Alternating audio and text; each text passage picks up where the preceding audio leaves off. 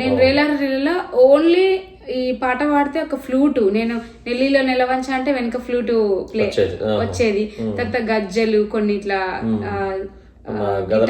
Guitar sound అట్లా కొన్ని rhythm రాదు కదా. నేను ఈ పాట పాడితే ఎలిమినేషన్ అయిపోతానేమో అని చెప్పి భయంగా నేను వాడితే, కానీ అసలు ఈ పాట పాడితే అశోక్ తేజ సార్ కానీ గోరెటి వెంకన్న సార్ కానీ అసలు కొత్తగా ఉంది, ఏదో ఆఫ్రికన్ ట్యూన్ లాగా ఉంది.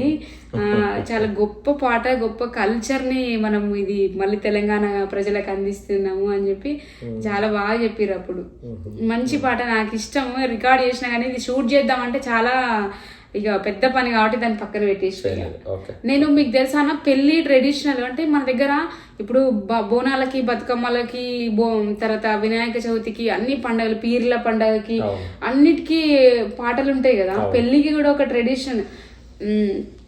నేను నా ఛానల్లో